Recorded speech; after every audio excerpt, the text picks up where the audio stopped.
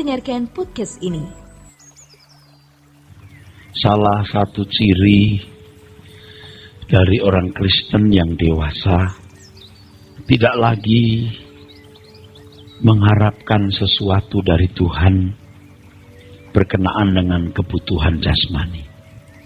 Salah satu ciri dari orang Kristen yang benar-benar dewasa tidak mengharapkan apapun dari Tuhan berkenaan dengan pemenuhan kebutuhan jasmani.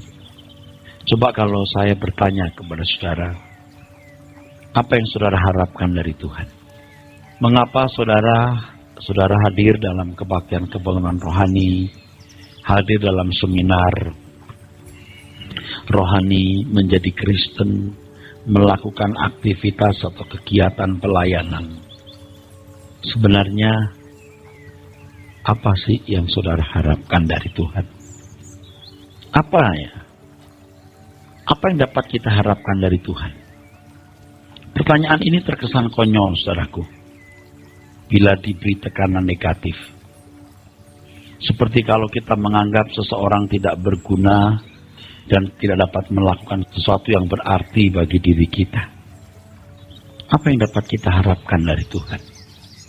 Sebenarnya pertanyaan ini justru merupakan upaya untuk bisa memperoleh apa sebenarnya yang kita butuhkan. Sebab kita harus memandang Tuhan itu lebih dari supermarket, hipermarket, atau toko serba ada. Harus menganggap lebih dari itu. Tetapi kita tidak menginginkan sesuatu secara sembarangan. Tadi saya sudah katakan bahwa ciri seorang yang dewasa rohani tidak lagi berharap apapun dari Tuhan berkenaan dengan pemenuhan kebutuhan jasmani. Dan sebenarnya pernyataan yang secara tersirat sudah saya kemukakan di dalam banyak pertemuan.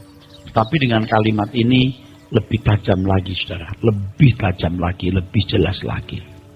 Orang yang dewasa rohani tidak lagi berharap apapun dari Tuhan berkenaan dengan pemenuhan kebutuhan jasmani.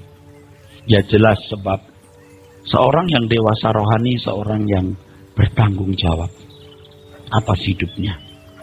Seorang yang dewasa rohani, seorang yang mengerti hukum tabur tuai. Yang ditabur orang itu juga dituainya. Kalau orang Kristen dewasa, dia mengalami sakit penyakit akibat kelalaiannya, dia malu ya, untuk minta kesembuhan, untuk minta mujizat. Dia akan lebih berani mengubah pola hidup, pola makannya, daripada percaya dan berani mengharapkan mujizat Tuhan. Dia akan lebih berani merubah pola hidupnya, lebih berani mengubah pola makannya daripada berani percaya mujizat Tuhan. Seorang yang dewasa rohani, saudaraku sekalian, seorang yang menuntut Tuhan berharap dari dirinya. Seorang yang membuka dirinya untuk dituntut Tuhan. Seorang yang memburu tempat untuk bisa mengabdi dan melayani Tuhan. Seorang yang sungguh-sungguh memahami bahwa dia adalah makhluk ciptaan. Dan kalau kita makhluk ciptaan, sebenarnya kita tidak berhak menuntut apapun dari Sang Pencipta yang menciptakan, tetapi membuka diri sepenuhnya untuk dituntut Tuhan. Dan orang Kristen yang dewasa, orang Kristen yang membuka diri terhadap tuntutan Tuhan. Nah, selama ini kita melihat ada nuansa buruk yang diajarkan kepada orang-orang Kristen yang seharusnya sudah mulai dewasa. Ya. Jadi kalau ada orang Kristen yang belum dewasa, orang Kristen baru, ya, diajar untuk menuntut Tuhan, dan Tuhan diperkenalkan sebagai supermarket atau hipermarket atau toko serba ada atau mall mewah yang seakan-akan orang dapat memperoleh apapun yang dia ingini asal percaya, asal percaya. Allah kita tidaklah demikian. Janganlah menggambarkan Allah yang benar itu demikian. Ya. Allah yang tidak benar, ilah-ilah agama lain itu begitu. Ya. Seakan-akan dia bisa menjawab apapun masalahnya, ya. Mau sembuh dari sakit, mau ekonominya lancar, mau dapat jodoh, mau sukses karir, apapun, ayo. Sebab saudara, ilah-ilah itu atau dewa-dewa itu, atau tepatnya kuasa kegelapan itu, dia mau manusia menggadaikan nyawanya, menjual keselamatannya. Saya ulangi ya, orang Kristen yang dewasa itu berhenti berharap apapun dari Tuhan berkenaan dengan pemenuhan kebutuhan jasmani. Dia mengerti apa artinya tanggung jawab. Dia mengerti apa artinya hukum tabur tuai. Bisnis, kerja keras, ya. Jaga kesehatan. Kalau sakit, berupaya untuk sembuh. Pola hidup yang baik, pola makan yang baik, minum obat dulu. Ya, kalau bisa herbal, kalau tidak bisa ya udah obat kimia untuk sementara waktu. Tuhan itu lebih dari supermarket, lebih dari permarket, lebih dari toko serbada ada. Ya iyalah, sebab Tuhan yang mempunyai segala kuasa, memiliki segala kemuliaan dan kekayaan. Amin. Tapi bukan berarti lalu kita berhak menuntut Dia untuk memberi apa yang kita ingini. Dan jangan sampai kita berurusan Tuhan hanya karena menganggap dan memperlakukan Tuhan seperti mall mewah yang menyediakan barang serba ada dan orang belanja tidak perlu menggunakan uang, tetapi cukup percaya saja. Dan banyak orang Kristen yang dalam pertumbuhan kedewasaan rohaninya itu menumbuhkan kepercayaan, bagaimana berani lebih percaya. Ini konyol sekali. Anda ngerti maksud saya? Jadi seolah-olah ya saudaraku, dewasa itu artinya berani percaya.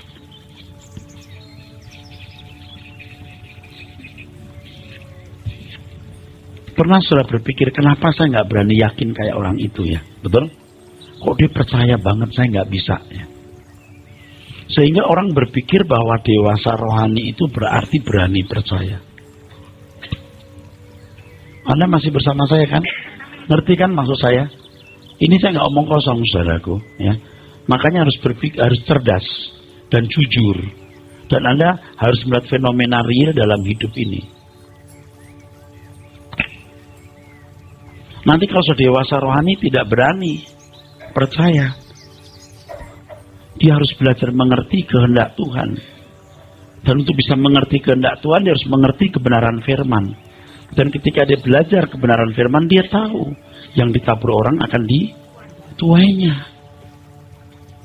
Allah lebih dari supermarket, hipermarket, toko serba ada, atau mall mewah manapun. Tapi bukan berarti lalu kita bisa menuntut Tuhan sesuatu ya untuk apa yang kita rasa kebutuhan. Padahal banyak orang tidak bisa membedakan mana kebutuhan, mana keinginan. Kalau keinginan kita itu kebutuhan lah, Tuhan mau jadi kacung. Anda bisa mengerti? Nah, promosi yang ada selama ini kan, Tuhan itu diperkenalkan sebagai mall mewah yang punya segala kuasa. Dia berkuasa, dia dahsyat plus baik. Ngerti nggak? Udah berkuasa plus baik. Dan kalau sudah begitu, you boleh minta apapun, ya. Dan you boleh menerima apapun asal percaya. Jadi percaya itu seakan-akan alat pembeli, ya. Seperti uang. Berani percaya akan dapat, makin percaya makin dapat. Maksudnya percaya itu begini. Aduh, Tuhan tuh jaga anak kecil aja pokoknya. Tuhan, aku nggak ke dukun, aku nggak ke kuasa kegelapan, aku ke Engkau loh, betul nggak? Aku percaya padamu loh, nggak ke dukun, nggak ke kuasa kegelapan. Aku berani loh percaya kepadamu yang tidak kelihatan, dan aku berani percaya bahwa Engkau akan memberikan. Kalau dia kurang percaya, dia kurang berani percaya bahwa Engkau bisa memberikan, dia ragu-ragu, jadi dia nggak mendapat apa-apa. Kalau saudara membaca Alkitab bahwa orang yang bimbang hati tidak mendapatkan apa-apa, itu konteksnya hikmat loh. Konteksnya hikmat loh, bukan konteks berkat jasmani loh. Amin. Berulang-ulang saya mengatakan, orang Jepang cuma 1% sekian orang Kristennya, Kok makmur?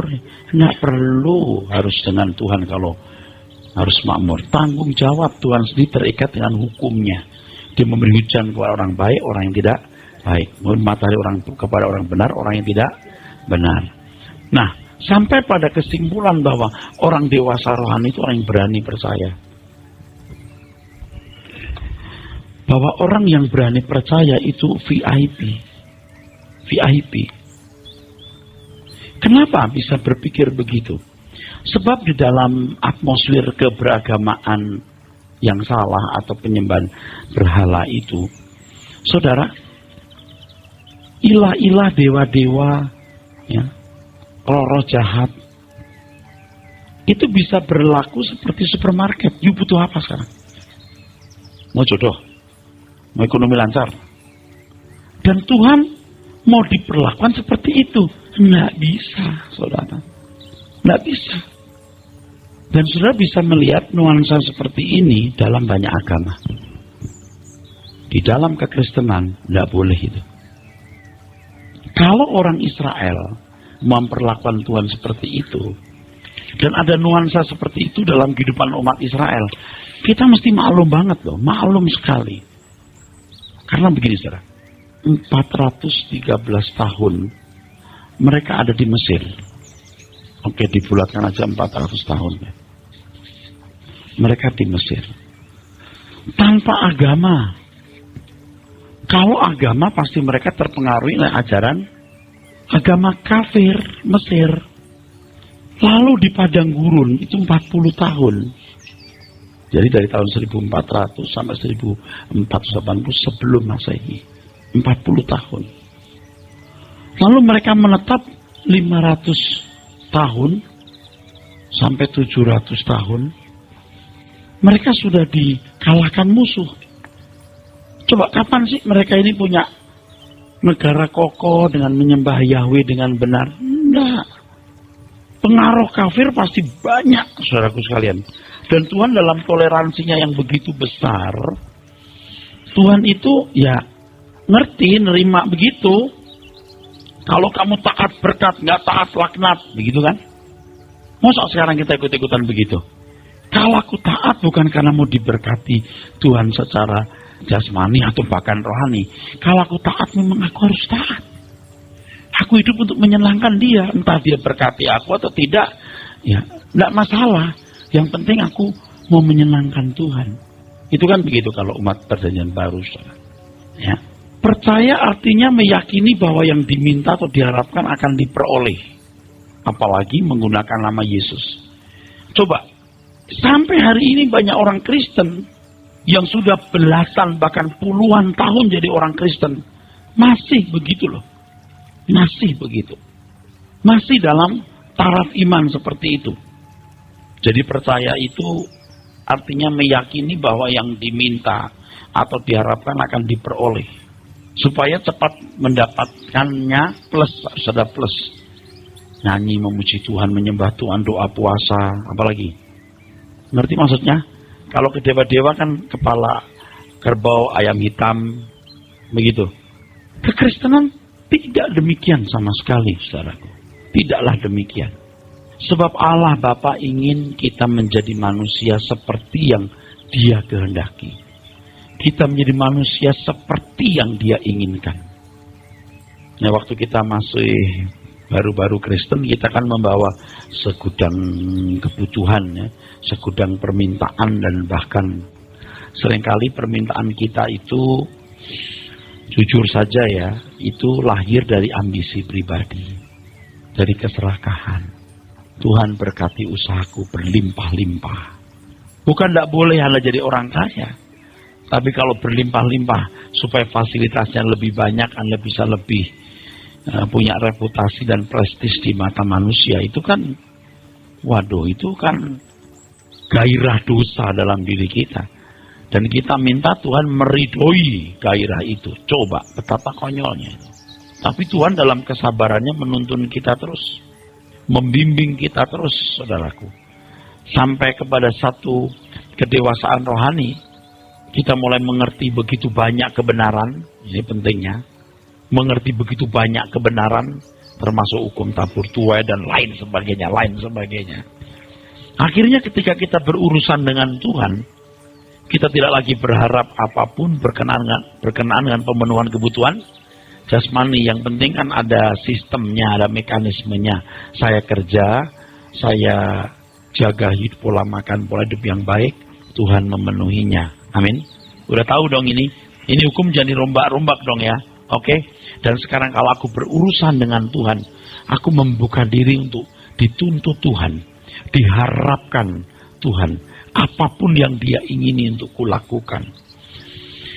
Nah, berhubung kita telah begitu lama menjadi Tuhan bagi diri kita sendiri, ya, seperti Petrus ya, waktu muda ikat pinggangnya kemana saja dia pergi suka-suka. Ketika Petrus menjadi tua, orang mengikat tangannya dan membawa ke tempat yang dia tidak suka. Demikian pula kita. Akhirnya bisa terwujud kehidupan, baik aku makan atau minum, aku melakukan semua itu untuk kemuliaan Tuhan, bukan sebagai kewajiban, tapi sebagai kebutuhan.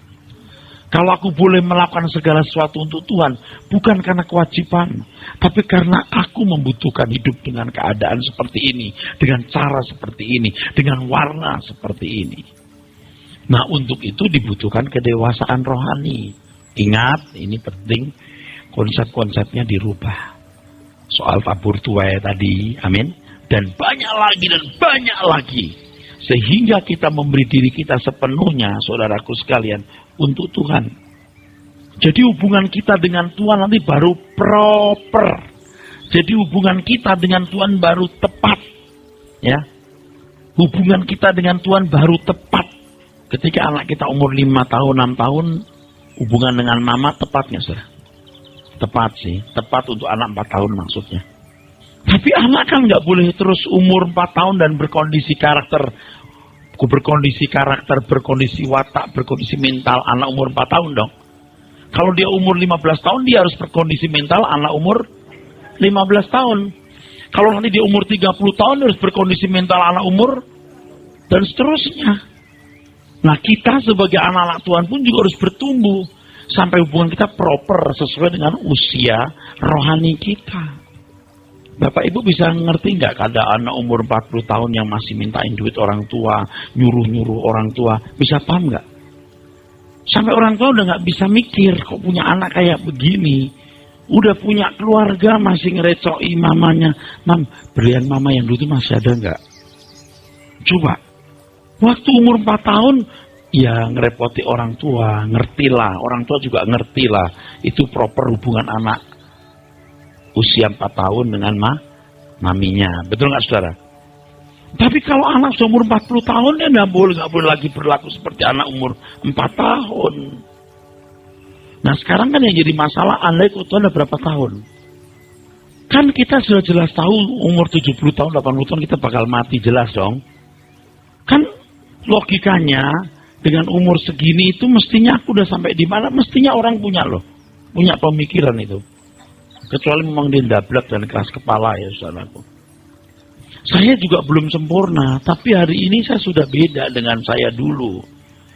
Saya bisa ngomong begini itu bukan karena saya baca buku loh saudara. Saya serius, saya menghayati hidup kekristenan saya. Sekarang saya tidak lagi berharap, oh Tuhan tolongnya tolong itu. Berkenaan dengan pemenuhan kebutuhan jasmani saya harus usaha. Itu ada hukumnya. Yang kamu tabur, kamu tuai. Kalau kamu nggak mau kerja jangan makan. Alkitab berkata begitu, betul? Udah jelas itu saudaraku. Saya nggak lagi urusan itu. Saya nggak lagi memperkarakan itu. Saya tahu Alkitab mengatakan Bapamu tahu kamu butuhkan. Udah. Itu bukan membuat saya jadi tidak bekerja atau malas. Saya harus kerja keras dan memaksimalkan potensi. Nah sekarang kalau aku berurusan dengan Tuhan, aku mau menempatkan diriku benar sebagai anak dengan usia rohani yang ada ini. Dengan usia rohani yang ada ini. Nah masing-masing kita beda kan. Pertobatan kita umur berapa kan beda saudara. Yang diberi banyak ditutup banyak. Kalau saya diberi banyak harus lebih banyak. Saya penuhi enggak? Itu masalahnya. Kalau saya ketemu Tuhan kira-kira saya bisa bertahan enggak di hadapan Tuhan saudaraku. Kalau kuasa lain enggak pedulikan itu, yuk minta apa kasih. Nggak peduli karaktermu, watakmu bagaimana, nggak masalah. Supaya sedikit kelihatan ada barter. Ada barter. Seakan-akan ada barter. Ayo ayam hitam ya, kepala kerbau ya. Sebenarnya barternya bukan kepala kerbau. Nyawa, jiwa, keselamatan orang itu. Anggap saudara. Bahaya itu saudaraku. Kalau di mal-mal, kalau orang ngasih, om ini om untuk cuci mobil. Tapi saya harus duduk dulu mendengarkan dia ngomong, lalu kalau terpikat bisa beli barang. Oh saya nggak mau. Nah, makasih. Ambil om. Nah. Anda bisa ngerti maksud saya? Paham maksud saya? Setan itu liciknya seperti itu, saudaraku. Kuasa kegelapan tidak mempedulikan juga karakternya bagaimana. Karena memang dia mau merenggut nyawa atau jiwa kita untuk menjadi miliknya. Nah sekarang kita milik Tuhan. Tidak usah direnggut pun kita itu secara de jure milik Tuhan. Kamu bukan milik kamu sendiri, betul? Kata Alkitab. Nah sekarang bagaimana hidup sebagai milik Tuhan? Nah berkenaan dengan tema khotbah ini, bagaimana Anda bersikap kepada Tuhan sebagai anak sesuai dengan umur rohani saudara. Ya saya mengerti yang diberi banyak dituntut banyak, yang diberi sedikit dituntut sedikit saudaraku. Kalau anak umur 6 tahun misalnya, kelas 2 SD atau kelas 1 SD, enggak masalah. Tapi kalau umur 60 tahun kelas 1 SD, itu kan orang gila. Edan. Paham gak saudara? Itu masalahnya bro. Dengan usia segini, you enggak mikir langit baru, bumi baru, you masih bangga dengan berlian, bangga dengan mobil, bangga dengan rumah. Nggak bisa ngerti saya. Bukan nggak boleh punya barang-barang itu, tapi kalau hatimu melekat di situ, aduh saudara kasihan. Sampai akhirnya saudara betul-betul tidak punya kewaspadaan sama sekali nanti. Ya, mati baru pukul kepala. Kenapa aku tidak bertobat? Kenapa aku tidak sungguh-sungguh? Nah, untuk bisa menjadi orang yang diharapkan Tuhan, saudaraku sekalian, ya, seseorang itu harus bertumbuh dalam kedewasaan rohani. Ya, tadi saya sudah mengatakan mengerti kebenaran, termasuk hukum tabur tuai dan lain sebagainya dan lain sebagainya. Dan saudara harus tahu sebenarnya Tuhan itu bisa tidak butuh kita. Aduh, tolong diingat ya saudara. Saudara dan saya itu siapa sih kok sampai bisa bantu Tuhan itu apa? Kok bisa bantu Tuhan itu siapa kita? Oh bisa dukung Tuhan siapa kita saudara? Sebenarnya kalau kita mengabdi kepada Tuhan, memberikan segenap hidup kita, itu Tuhan mau lihat hati kita. Makanya itu masalahnya bukan jadi pendeta atau pedagang, bukan. Masalahnya jemaatnya 1000 atau cuma 10 orang, bukan di situ. Letaknya tuh sikap batinnya seseorang yang murni dan benar di hadapan Tuhan. Masalahnya bukan uang saudara yang sudah masukkan di kotak kolektor atau persembahan, apalagi jumlahnya, bukan. Sikap hati saudara Tuhan, itu sebenarnya saudaraku. Nah tentu saja orang-orang yang menyadari ini saudaraku, orang-orang yang tidak lagi saudaraku sekalian mempertahankan apapun yang dia miliki, tidak ada yang dipertahankan lagi dalam hidup ini. Dia akan relakan apapun yang Tuhan kehendaki atau minta. Jadi kalau Tuhan Yesus mengatakan barang siapa kehilangan nyawa karena aku, ia memperoleh nyawa. Karena kita memang tidak bisa memiliki dua Firdaus. Firdaus di langit baru, bumi baru, dan Firdaus hari ini. Tidak bisa. Harus pilih salah satu. Firdaus yang akan datang atau Firdaus sekarang. Dan kebenaran-kebenaran firman yang saya sampaikan ini sebenarnya memaksa saudaranya. Menggiring saudara terus untuk memiliki pilihan yang tepat. Nah kita lanjutkan dengan Filipi pasal 3. Yang kita telah baca beberapa waktu yang lalu. Filipi 3. Filipi 3 dari ayat 17. Saudara-saudara, ikutilah teladanku dan perhatikanlah mereka yang hidup sama seperti kami, yang menjadi teladanmu. Stop dulu ya, saya tegaskan ya saudara, bahwa semua kita harus belajar memiliki hidup seperti yang dimiliki oleh Paulus. Jangan menganggap hidup Paulus itu luar biasa. Jangan menganggap hidup Paulus itu luar biasa. Hidup Paulus itu standar. Kalau saudara sudah menganggap itu luar biasa, saudara tidak akan punya kesempatan. Saudara harus menganggap itu standar. Saya mengatakan ini juga bukan sebagai orang yang sudah bisa mencontoh Paulus. Dan saya juga bukan munafik. Artinya anggap itu ringan, gampang. Saya tahu itu mustahil. Tetapi yang mustahil bagi manusia tidak mustahil bagi Tuhan.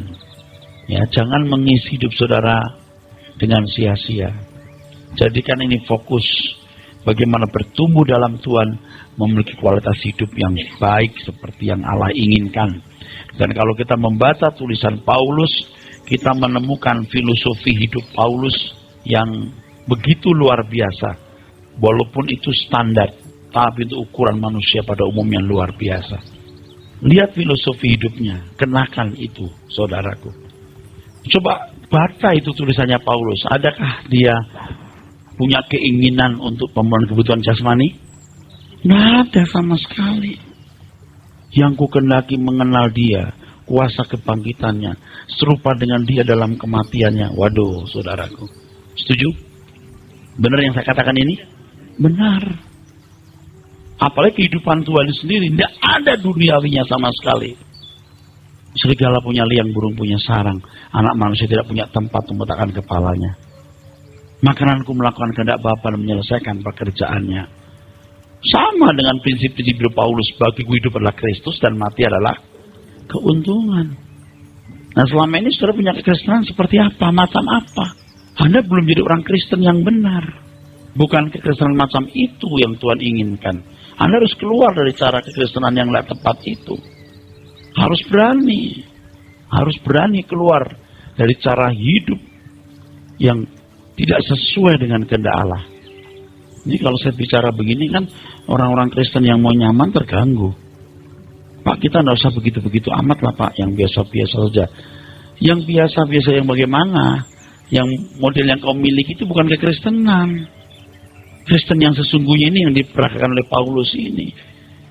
Dan saya bukan orang yang sudah melakukan apa yang Paulus lakukan. Saya belum sekelas Paulus. Tapi saya mau belajar, ya. Mumpung saya masih punya kesempatan hidup. Ketika Paulus menulis surat-surat ini, umurnya berapa waktu itu? Ya, tidak bisa sama persis dengan kita. Saya sempat saya berdoa begini, Tuhan, umur 33 tahun setengah Engkau begitu hebat. Umur saya 53 tahun, 20 tahun lebih tua dari Tuhan. Kok masih begini, Tuhan? Iya, serius saya ngomong begitu. Umur 33 tahun, Engkau begitu hebat Tuhan.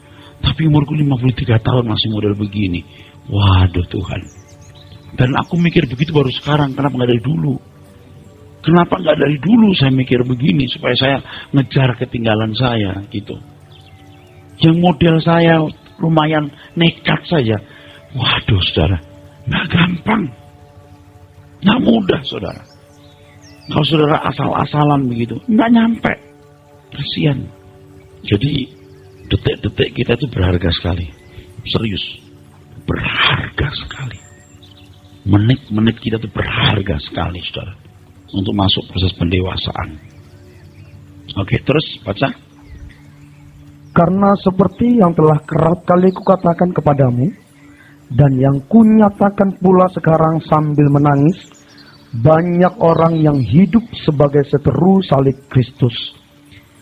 Kesudahan mereka ialah kebinasaan, Tuhan mereka ialah perut mereka, kemuliaan mereka ialah aib mereka, pikiran mereka semata-mata tertuju kepada perkara duniawi. Iya, saudara, saya mau ngomong begini, saya ini rohaniwan ya saudara, nah, saya punya brand image yang bagus di mata orang. Oh ini pendeta gitu, rohaniwan gitu. Atau saudara-saudara yang sering mendengar saya berkhotbah, kesaksian saya, paling tidak sebagian saudara menganggap, waduh emang kelasnya Pak Eras tinggi gitu. Saya nggak merasa loh tinggi, sungguh. Masih ada unsur-unsur duniawi dalam diri saya yang belum bisa dimatikan sepenuhnya. Iya, saya belum rohani, bener-bener rohani seperti yang saya mengerti kalau rohani itu bagaimana, paham nggak? Kalau Anda punya standar rohaninya begitu, ya mungkin saya masuk deh. Saya udah excellent deh. Tapi kalau saya melihat standar rohani yang Tuhan inginkan, saya belum. Serius, belum. Nah kalau Bapak Ibu ya, masih nggak puas merek mobil ini, nggak puas punya rumah di sini, nggak puas jumlah uang segini. Anda itu duniawi. Yes, absolutely duniawi. Saya nggak pengen itu lagi. Sungguh. Enggak, percaya deh, pokoknya enggak. Itu aja masih duniawinya ada. Apalagi kalau sudah masih pengen terhormat, ya mau tersinggung, mau dianggap penting, wah capek deh. Apalagi kalau umur saudara sudah cukup tua, kalau masih begitu. Itu Anda mesti punya perasaan krisis, sudah kalap gitu. Kenapa aku masih begini dengan umur begini? Gitu saudaraku. Anda kalap kalau cuma nggak punya uang. Keinginan belum kesampaian, baru kalap. Coba Anda bayangkan ya, orang kalap banyak kan nggak punya duit, belum jalan-jalan ke sini, belum punya rumah atau apa, tiba-tiba jebret mati. Coba bayangin. Kenapa kamu kalap untuk hal-hal yang nggak ada artinya, yang sia-sia? Kalaplah untuk sesuatu yang berarti, duniawi. Saya boleh ngomong jujur nggak? Sebagian saudara itu duniawi loh. Cuman dikit bahaya aja gitu. Lumayan masih mau mendengar suara kebenaran, masih mau bener lah gitu. Banyak orang nggak mau bener. Itu kalau sudah bergereja menyembah Tuhan sudah rohani itu. Masih menuntut ini itu sama Tuhan. Saudara, ayo bertobatlah. Jangan duniawi. Coba Yakobus pasal 4 dibaca dulu.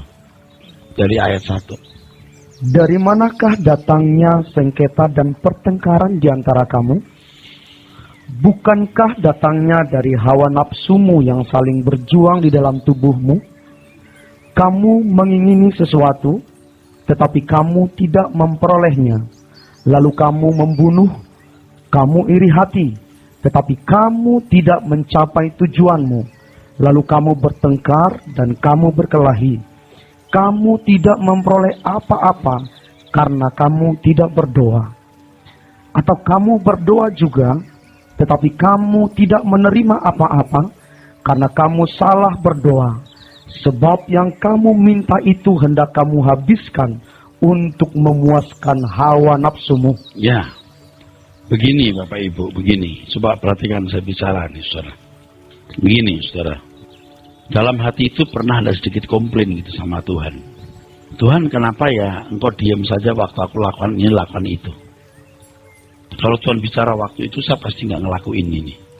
Ini nyusahin saya, mengganggu pelayanan saya. Enggak. Kamu belum bisa mengerti.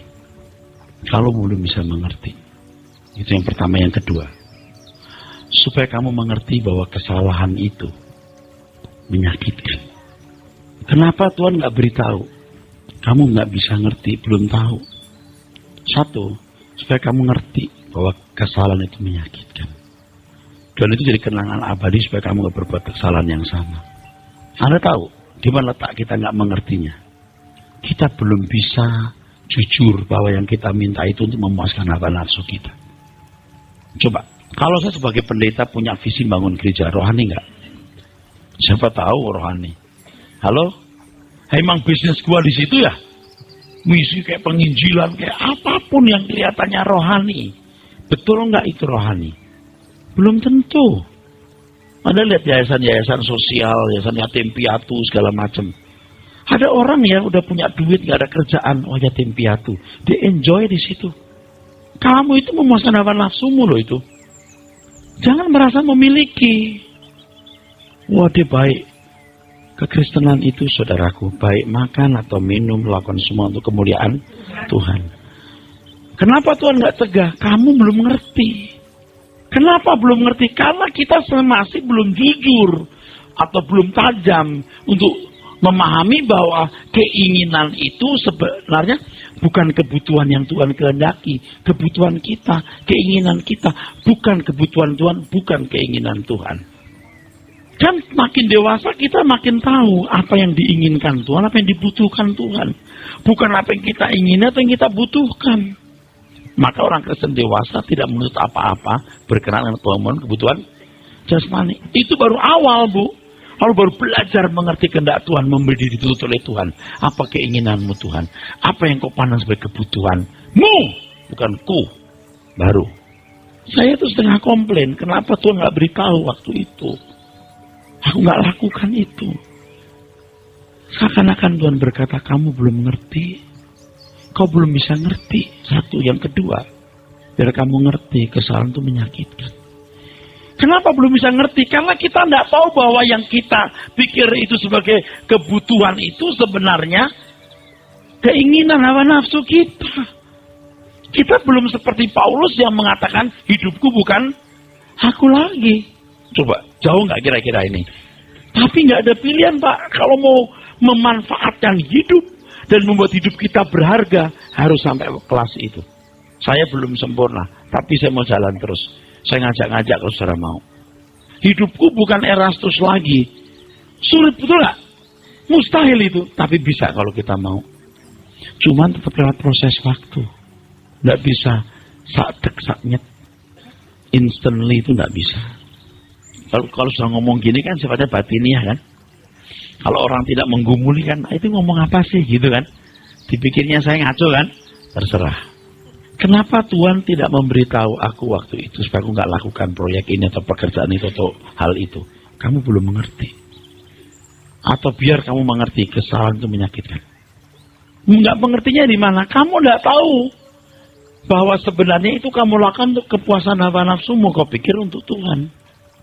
Sekarang kalau Anda bikin rumah yatim piatu, sebenarnya itu Tuhan mau, kebutuhan Tuhan atau you punya mau? Yang tahu siapa?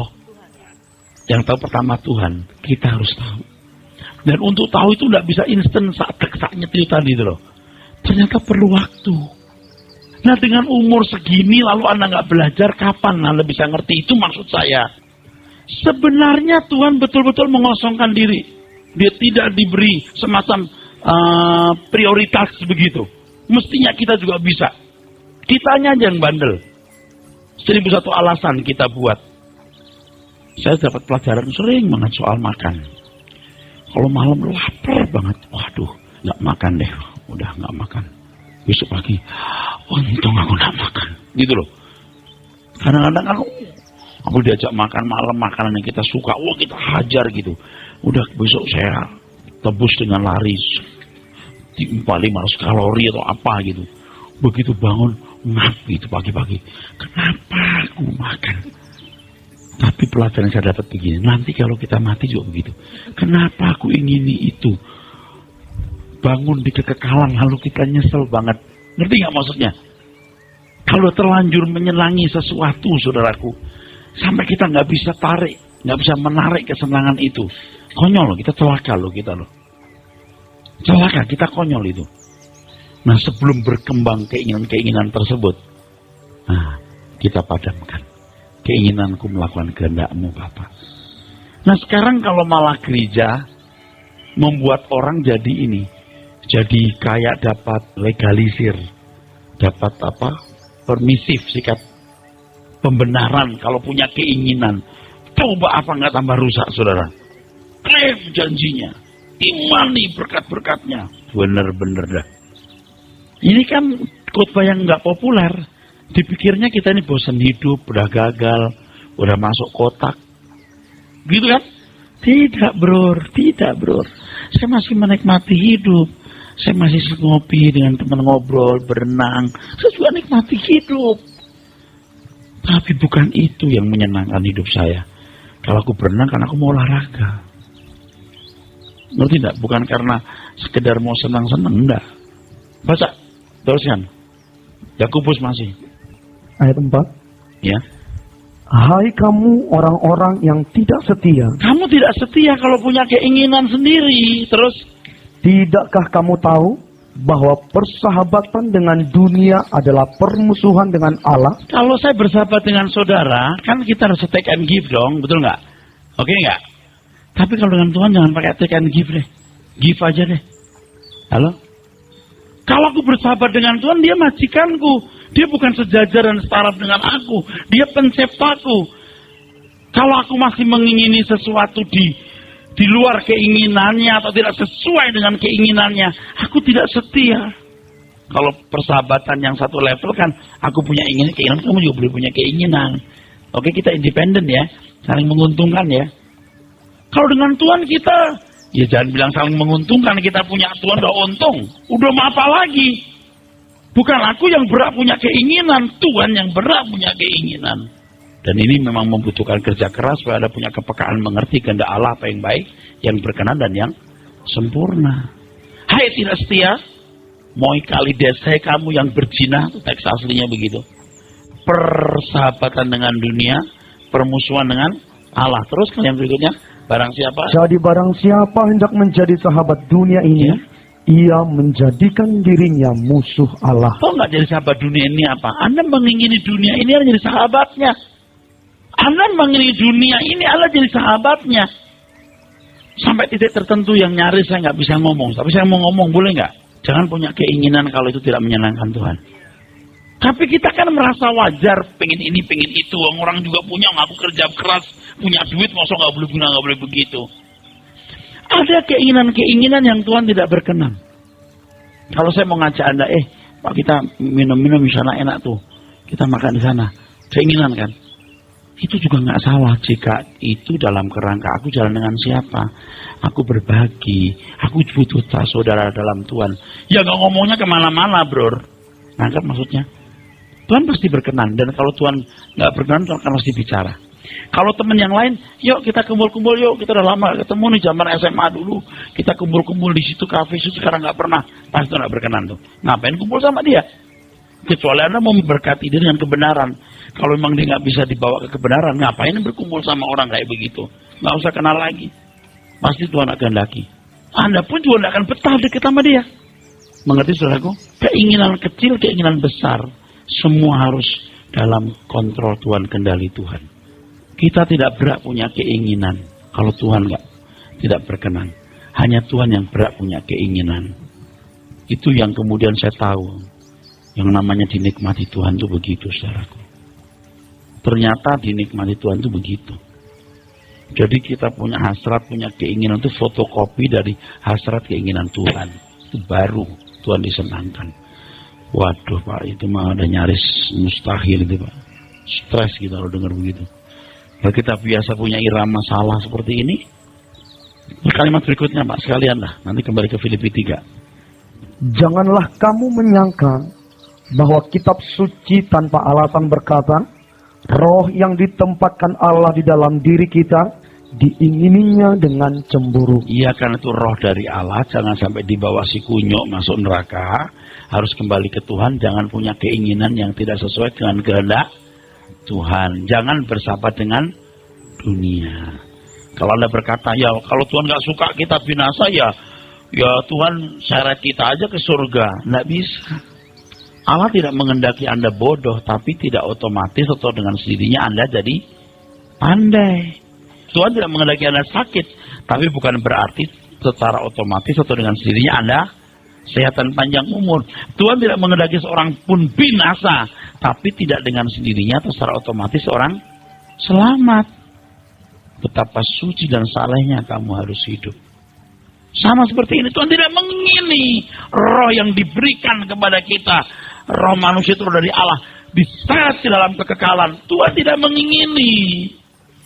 Tapi itu tergantung kamu.